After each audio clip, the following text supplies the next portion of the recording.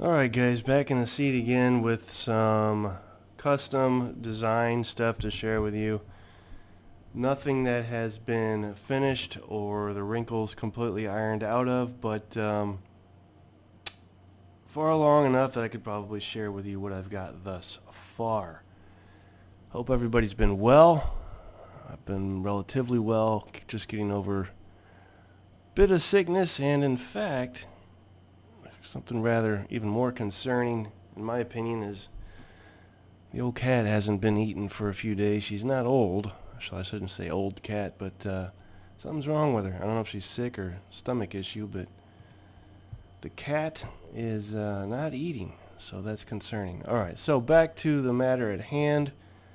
What we have set up here is some cards. I printed these out from God knows what. It was screenshots, believe it or not, of Medal of Honor or Call of Duty or something, one of those games. And I've had them for a while, but wanted to do something with them. I posted a video quite some time ago with something fiddling around with these, but it wasn't as far along developed as what I've come up with this time around. And I'm not sure what led me to this. I don't know what sparks things, but here we are. So what we have is a layout. I don't know why or how I determined that it would be laid out thusly.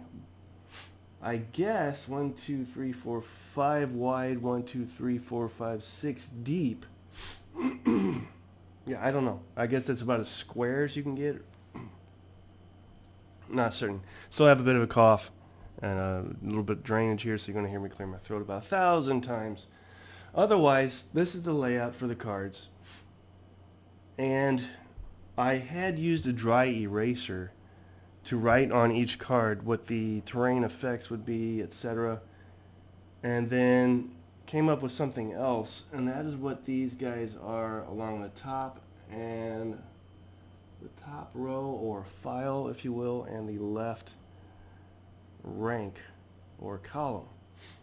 And these have already been randomly rolled for at the beginning here off camera. And the way these work is, say for instance you have somebody here. How much does it cost movement factor wise to move into this card? Well, you would add the 2 at the top and the 3 on the left. 5 movement factors to enter this card. What would be the terrain effects modifier to fire into this card? Well, you would subtract low number from high number, 2 from 3, plus 1 terrain effect modifier. If it canceled each other out, equaling 0, well, then you wouldn't have anything. The other thing, so that's how that works. The other thing is, lots of other things actually. This red die is something I've decided would determine what, if any, line of sight blockage exists. So you roll the die and a 4. So anything that adds up movement factor wise, oddly enough, to a 4 blocks line of sight. So we have a 2 here for this card and a 2 here. Makes 4. Line of sight is blocked into that card. Meaning what? Well, meaning you can't fire into it, and you would have to move into it to fire on somebody who was there. You'd conduct that roll. I haven't decided if it's once at the start of the game or at the beginning of each turn. We'll get to that. There's a lot of undecided things here. What else? We still have, or I should say, the basic framework or scaffolding of all of this is advanced squad leader. Now, there's some obviously a lot of caveats to that, but the ground, the foundation is squad leader stuff. So we do have experience level ratings that will be relevant. I've worked in a sniper number, which I will forget to use as we play, but because there is no sniper activation number for the scenario, which is clearing Carentan, and that is an ASL starter kit scenario. Starter kit doesn't use sniper activation numbers. I don't know why they didn't. I don't think it would be that much more of a stretch to work in to the basic first starter kit. But anyway, I've worked that in. Now, the clearing Carentan scenario, I wanted this to represent, obviously abstractly, Carentan.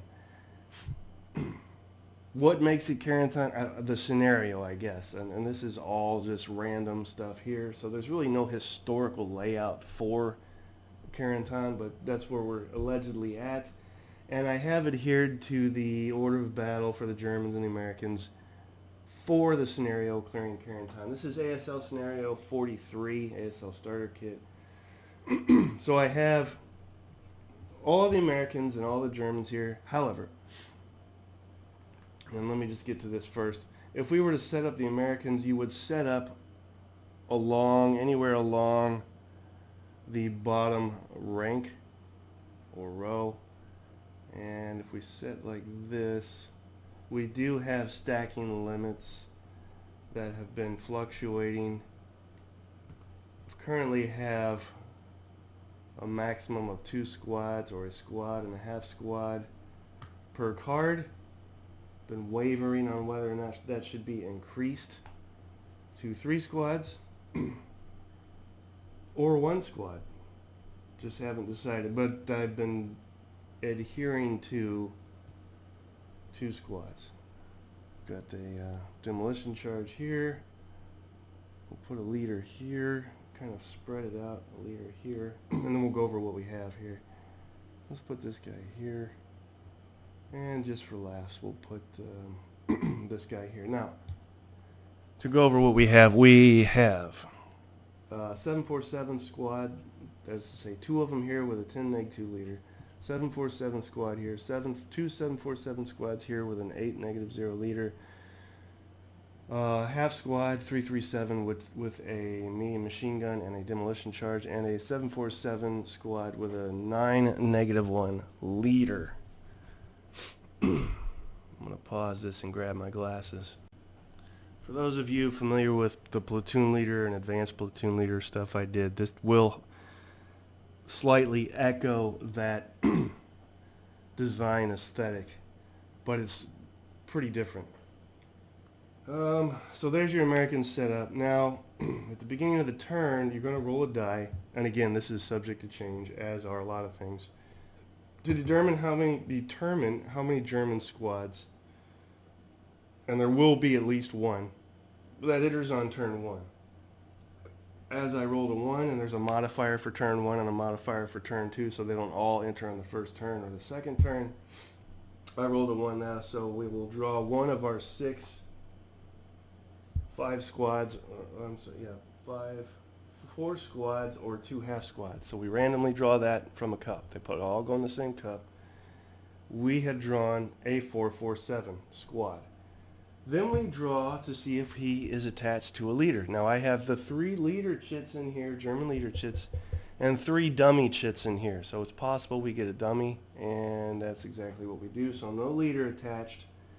And then in this one we have the 3 support, same deal, the 3 support weapons and 3 dummy chits. So he may or may not have a support weapon, and he does a medium machine gun. Now, where does this character go? We're going to roll to determine where he goes. First roll is a 1, so we start here. Second roll is a 5, so 1, 2, 3, 4, 5. He starts here, right in our way, and we forgot to seed the victory locations. So that's where our squad is. Let's go ahead and roll for our victory locations. I should have done that off camera. In fact, I'm going to pause this and come back. Alright, so here's the results of the random placement of the victory locations. We've got out of 5, we've got 3 of them at the top row. We have 1 here that landed where a German unit activated, so they're already on their victory location. And then we have 1 that activated here, but that seems a little... that doesn't seem right, so I bumped it up 1. I fudged the roll. Didn't feel right having the Americans activating right off the bat on a victory location, so I bumped it up. Alright, so there's our victory locations, randomly determined and placed. Next thing we do, at least the way I have it thus far, is we draw some chits to determine, and this is, it caused me more grief and pain and struggle and contemplation how to do this, and I'll tell you why in a second. 7 there, 12 here, a 5, a 3, a 9, and these chits are from the Storm over Arnhem game. They've come in handy for a number of things. This is your initiative chits that I've just randomly placed. And the reason this has caused me so much grief, because if I was to just chuck this out the window, my life would be a lot simpler and easier. But no, I have to complicate things. Without this, I could play straight ASL, right? But I don't like the Americans, everything, they do everything, then the Germans do everything. Next turn, Americans do everything, then the Germans do everything. I don't particularly like that for what I'm trying to do here. So what I prefer is what I've got here. So who's got the lowest chit? 3, so they'll go first, followed by the next highest chit, which is 5, so the Americans again, followed by the next highest chit, which is 7, so there you go, the Germans hop in the mix, right, you know, in the third activation. And then you have a 9, an 11, and a 12. So that kind of randomizes and stirs up the mix, and I like that. But the problem is, you can't, in doing that, you can't play the sequence of play as such if you're doing advanced squad leader, because namely, most biggest reason is because of the defensive fire, actually the movement phase, I should say. Because if you have a unit that's activated and moving, the defender needs to be able to conduct defensive first fire, subsequent first fire, etc. And if they aren't officially activated, how are they allowed to do that? It just, there's a whole ball of wax there that is created problem-wise, and I haven't adequately worked out how to fix that. I've tried chucking out certain sequences from the sequence of play. It gets fuzzy, and again, if I was to not do the initiative chit thing, then I could do straight squad leader stuff, but because I filmed this in, it messes up the sequence of play. Trust me. I don't know if I've explained that adequately, but yeah, it screws everything up. Rightly so, because it's not meant to be played that way. So what I've been doing just before I started filming was kind of the old school tactical route, and allowing a unit to fire and or move, and then once they do their second action, they become used. That's what I did last time around. It's a less squad leadery, but it works, I guess, better with what I'm trying to do. Anything else that I'm leaving out before we hop into what this looks like in action? I don't think so. Let me go to our, what do I have here? I'm up to, let's see, let's be fair here, about 7 pages of written rules that I have for this.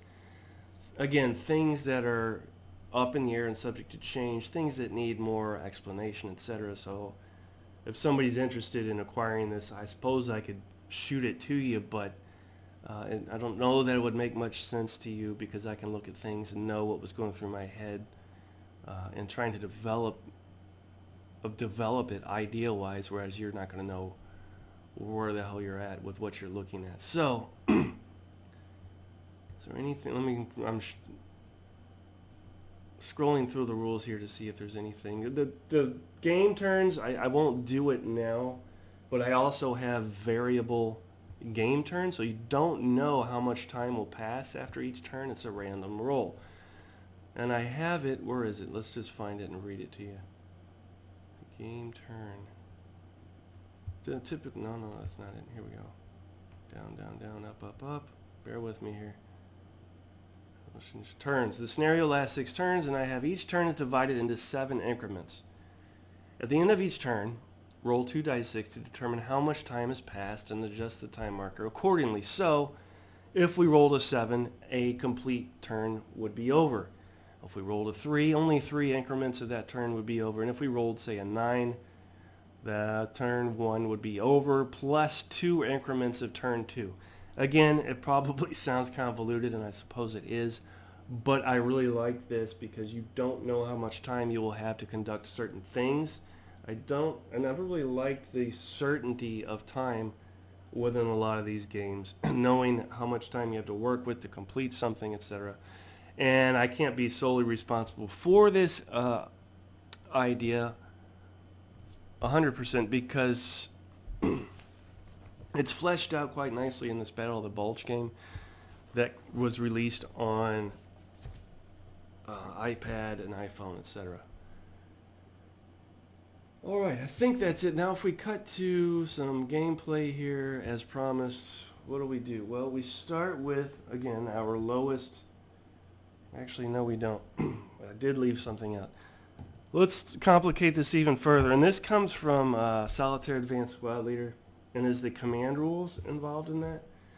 So who's going to be able to act and do what? Again, rack the head, try and figure out something different, innovative, etc. Not always a good thing, because then you just end up fattening the thing up with fat that isn't needed.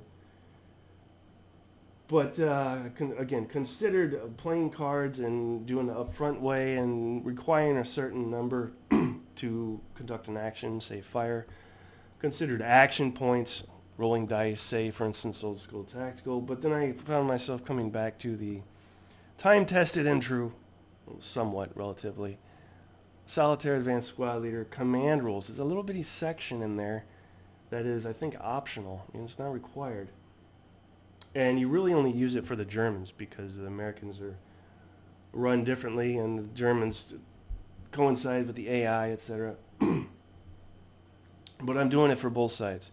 So what the hell am I talking about? I'm talking about rolling dice to determine if a unit is in command. Now, if we need to roll for this German unit to see if he's in command. If he had a leader, we would roll trying to get equal or less to the leader's morale. But since we don't, or if the leader failed, then we would cut to the individual unit. Now, this has been used before in some Napoleonic stuff I've done on camera, so that may seem somewhat familiar, but that's where I got it from. So guess what?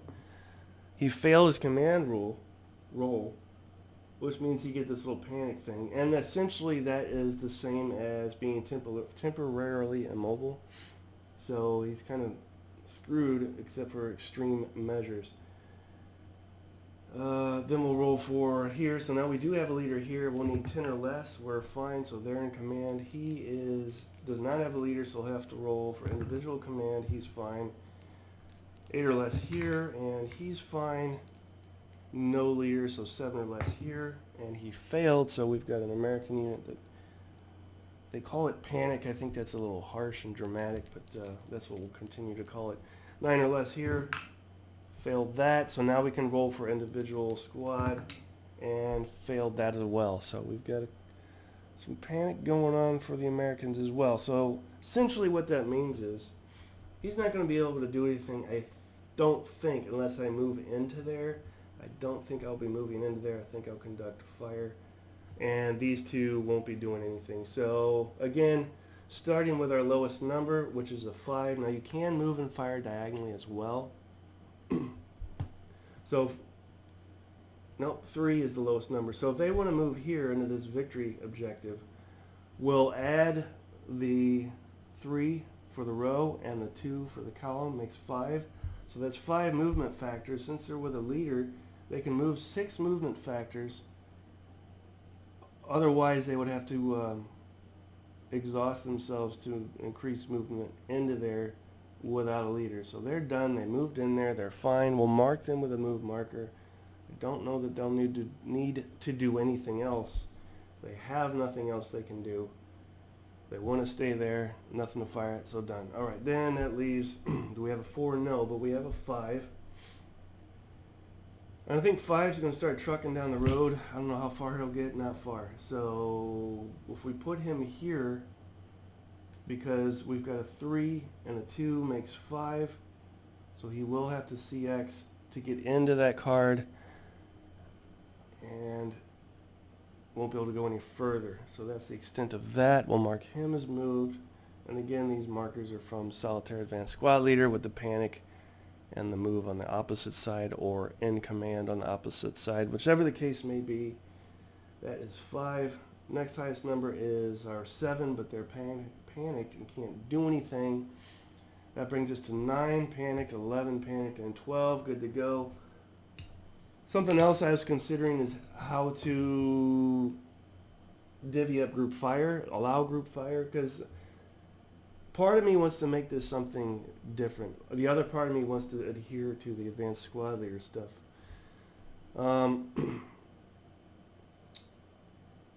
So in the creative aspect of what I was trying to do, I was trying to come up with a combat system where you roll equal or less to get a hit, and then you roll to see what the extent of the damage is, and that's going to range from 10 or less down to 5 or less.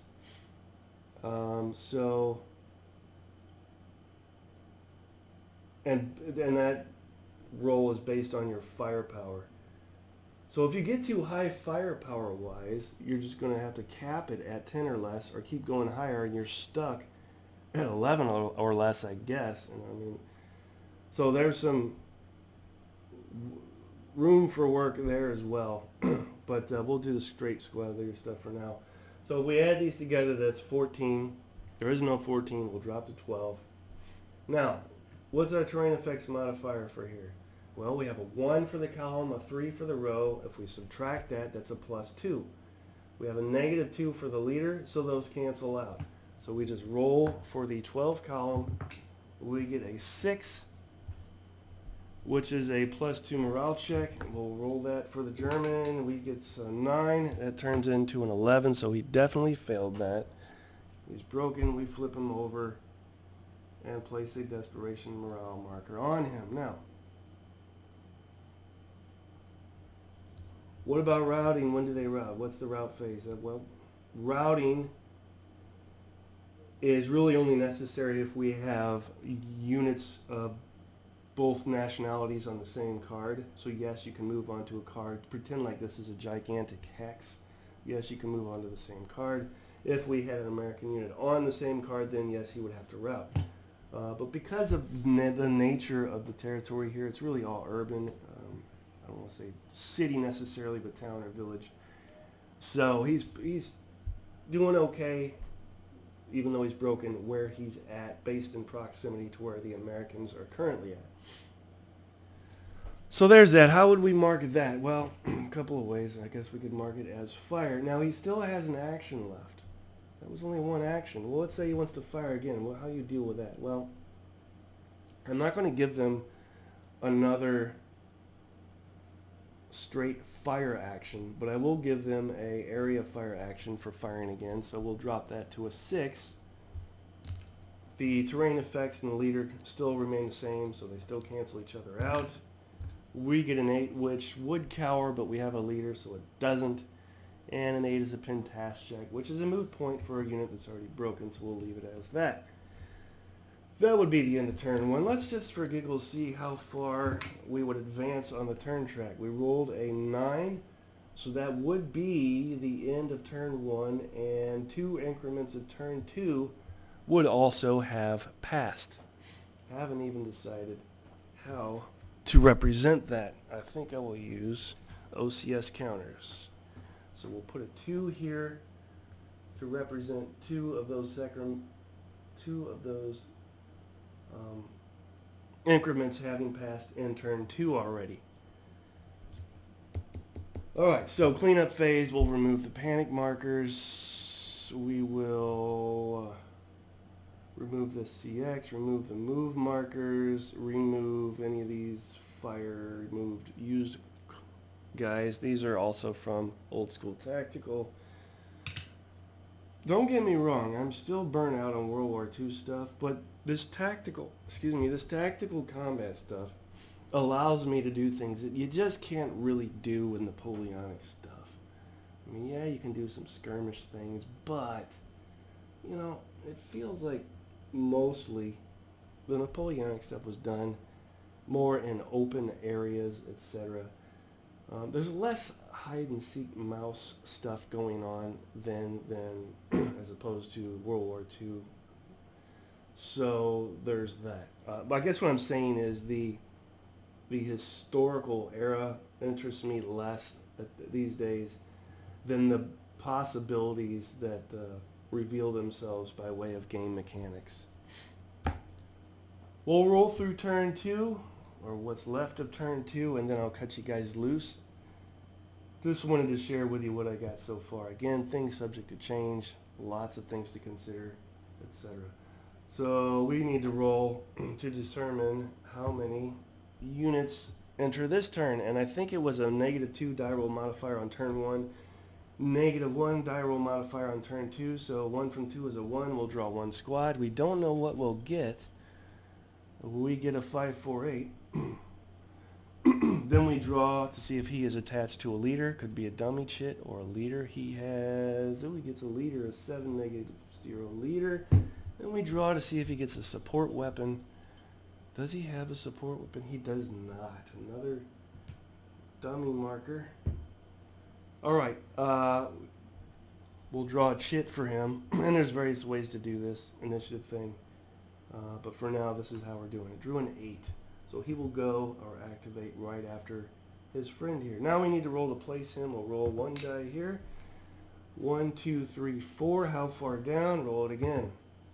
1, 2. So he'll start back here, which is probably a good spot for him, because he's going to want to hang back by these victory point objectives.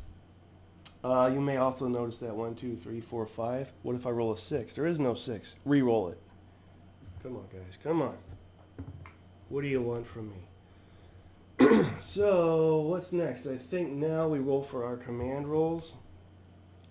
One way I was also doing this, and I don't remember where I got this idea from, was rolling a morale. Oh, I got this from, no, I take that back. I was rolling basically a morale check. Oh, it was from, you know what, I forgot to tell you this. I had Raid on St. Nazaire set up and messing with it, and I was getting a couple of cool ideas from playing through it. And one of their ideas was conduct a random roll to see if and how far the Germans move. And I started applying that to this, so that's where that came from. And then I just defaulted to the solitary advanced squad leader thing. So let's roll for him first. He does not have a leader, so yeah, he does. 7 -0, he's fine. What about his buddy here? I mean, demoralized. 7 or less. 5. He's fine. Now, you could argue, well, he's broken. How could he be in command so easily? Well, we're going to keep it simple for now. Maybe in the future you would add a modifier for being broken to activate, rule to conduct a command roll. But for now, we'll leave it as such. Let's roll for these guys, 10 or less. 6, 7, 8, 9. Wow, just made it. 7 or less here. Rolled an 8. Well, he's not going anywhere these days. Let's move here. 8 or less. 5, 6, 7. He's fine. And here, 7 or less. He failed, so he is panicked.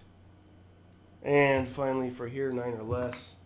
He failed, so he's panicked. So now we have 3 American units that panic. Now you may say, well, that's quite harsh. Well, don't think of it as necessarily as panicking, and they're cowering down and scared and don't know what to do. It could be more they're considering what to do, contemplating what to do, reflecting on what to do. I don't know. Use your imagination.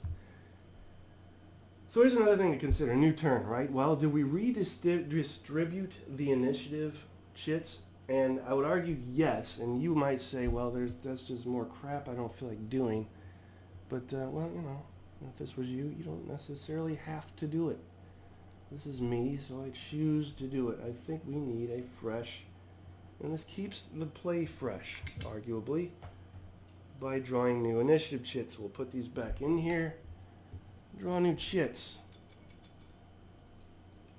You could also come up with a system where you earn a better initiative as game goes along. These are all ideas that pop into my head. You can't do everything. Or like I said, there's no point in giving him anything. He's panicked. There's that word again, panic. One there.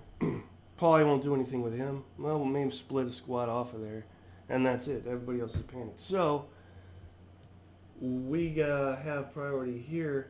I'm only going to fire with one squad here, and then I'm going to hopefully move with the other squad. So what are you talking about? Well, I'll show you. Fire was 7, but there is no 7, so we dropped to 6. What was that canceled out? So it's a straight 6. We get a 7. Normal morale check. Oh, I forgot to rally him. 6, 7, 8. He would have failed his rally anyway. Yeah, oh, definitely. So now he is casualty reduced and broken. So 4, 4, 7. I don't know. And he would get another one of these. What is a 4, 4, 7? Here's the easy way to cheat. Is a really? No. 4, 4, 7 is a 2, 3, 7. Do I have a 2, 3? No, it's a 2, 3, 8. Let me pause this and get a 2, 3, 7. All right, there's our 2, 3, 7 casualty reduced. That was 2. So we fired with 1. We wanted to move with the other.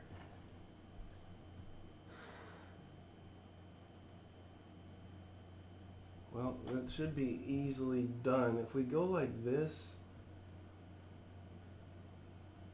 before we do that, let's go ahead and exhaust him. And for our second action, we'll fire again, but I've made it where it's area fire, so it's going to drop to, there's no 3, so it'll drop to a 2.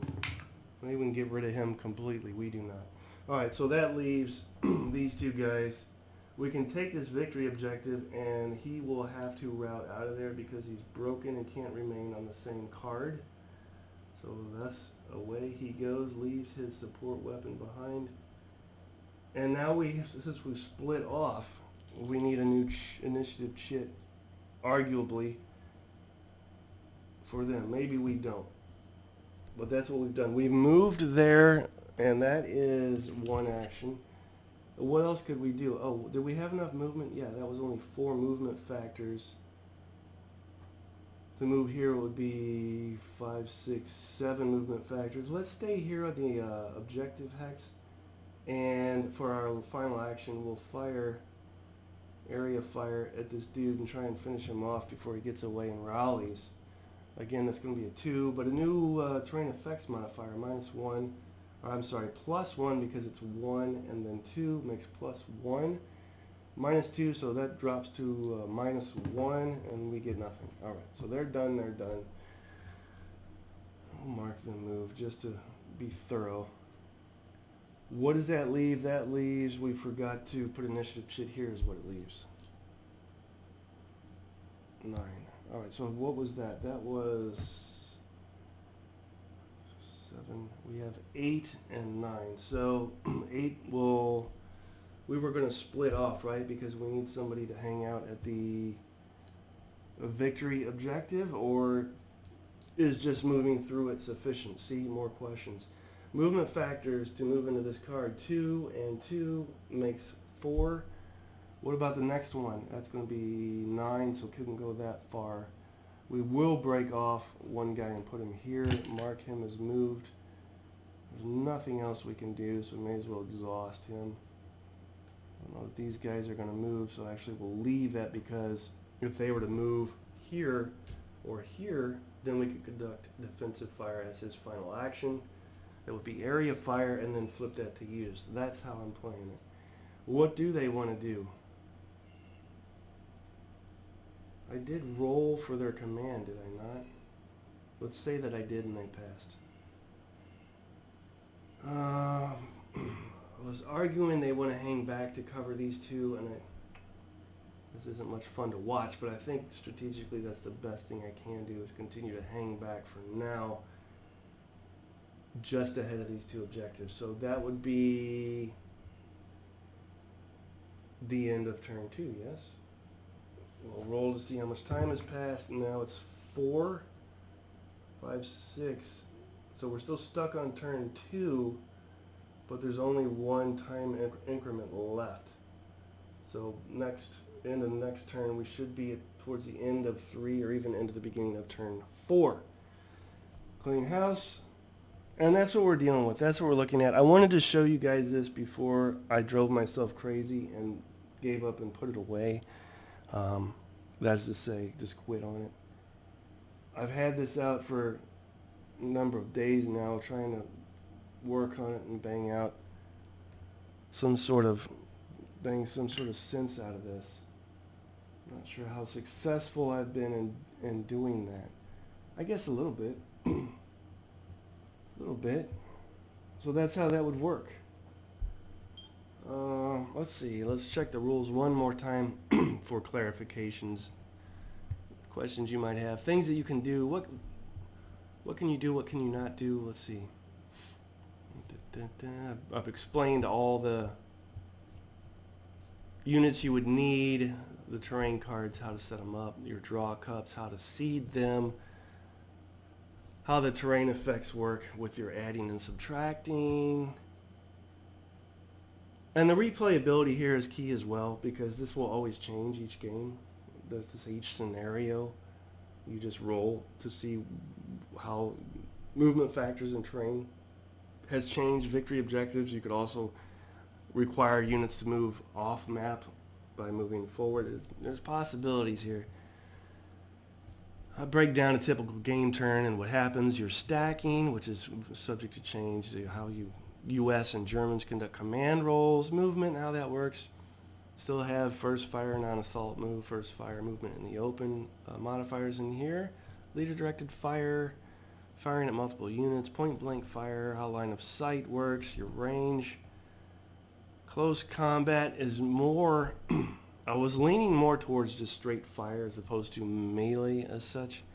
Again, I have this argument. I don't know how often, historically, hand-to-hand combat actually occurred. I know that it did, but I feel like it's more just close fire than actually butt ends of rifles hitting heads and things like that. I don't know. I wasn't there, right? Routing, how that works. Hidden units. Forgot all about this. A unit is considered hidden and thus immune to enemy fire. A unit loses its hidden status if it moves, fires, or if enemy unit moves through the same card.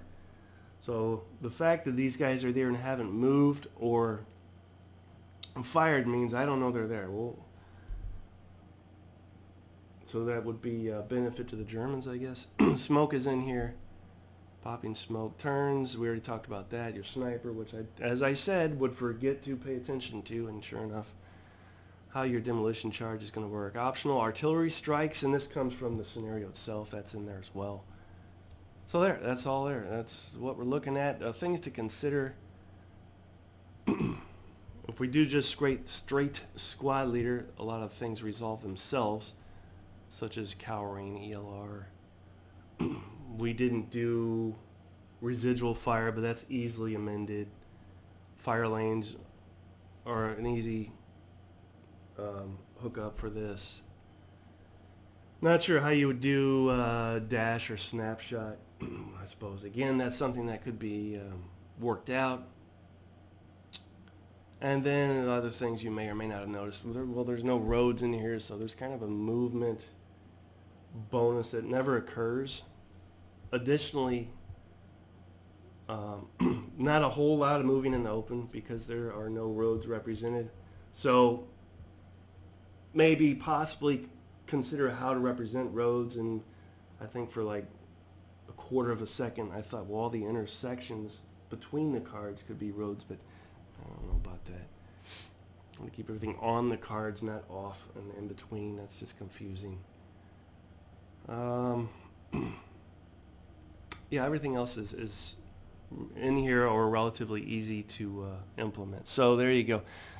Now here's another reason why I'm showing you this. What are your thoughts on this? What are your suggestions, ideas, comments, anything like that? What do you guys think of this? Is this a waste of time? Is this intriguing? Is this interesting? Is this something I should work on more? Is this something that you would be interested in working on with me together? We could share ideas. Just curious what you guys think. So let me know. Thanks for watching. We'll talk soon.